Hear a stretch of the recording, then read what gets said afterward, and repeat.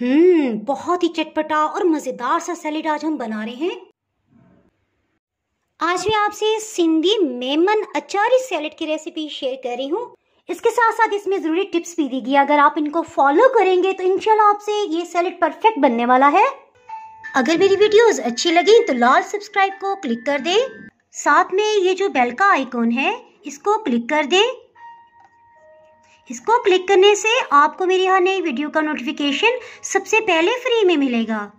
बिस्मिल्लाहिर्रहमानिर्रहीम की रेसिपी को स्टार्ट करते हैं। सबसे पहले हम एक प्याज लेंगे और इसे रफली कटिंग कर लेंगे।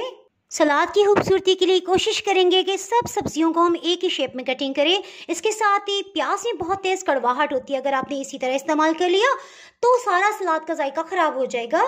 प्याज की कड़वाहट को खत्म करने के लिए एक चाय की चम्मच से थोड़ा सा कम नमक है इसे इसके ऊपर डाल देंगे। इसको हल्के हाथ से मिक्सअप भी करेंगे, साथ साथ प्याज की कलियों को अलग कर लेंगे। 5 मिनट हो चुके हैं। प्याज को अच्छी तरह से धो लेंगे, खूब ढेर सारा पानी इस पे डालेंगे। इसके लिए आप प्याज को टेस्ट कर लें, इससे पता चल जाएगा क्या इसकी कड़वाहट खत्म हुई है कि नहीं।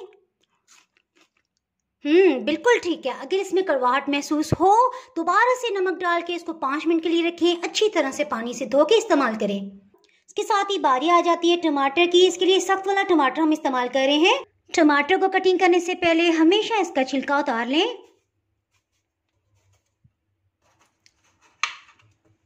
टमाटर के बीच वाले हिस्से को अलग कर लेंगे और बस इस तरह से इसे कटिंग कर लिया है। सब्जियों को कटिंग करते जाएंगे, इसमें शामिल करते जाएंगे।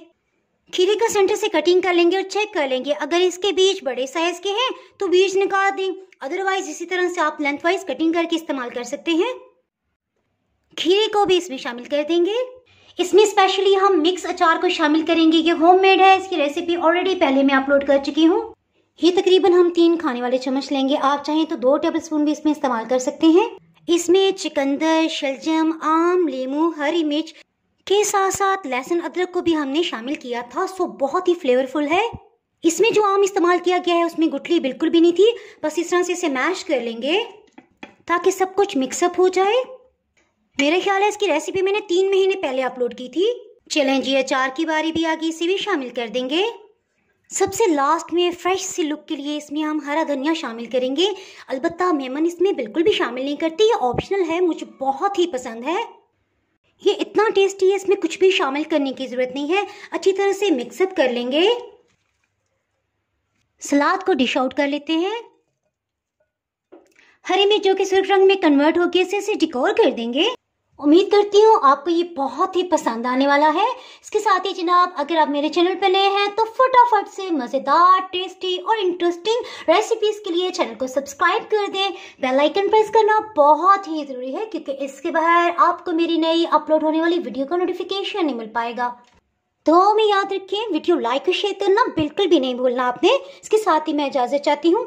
अल्लाह हाफिज़।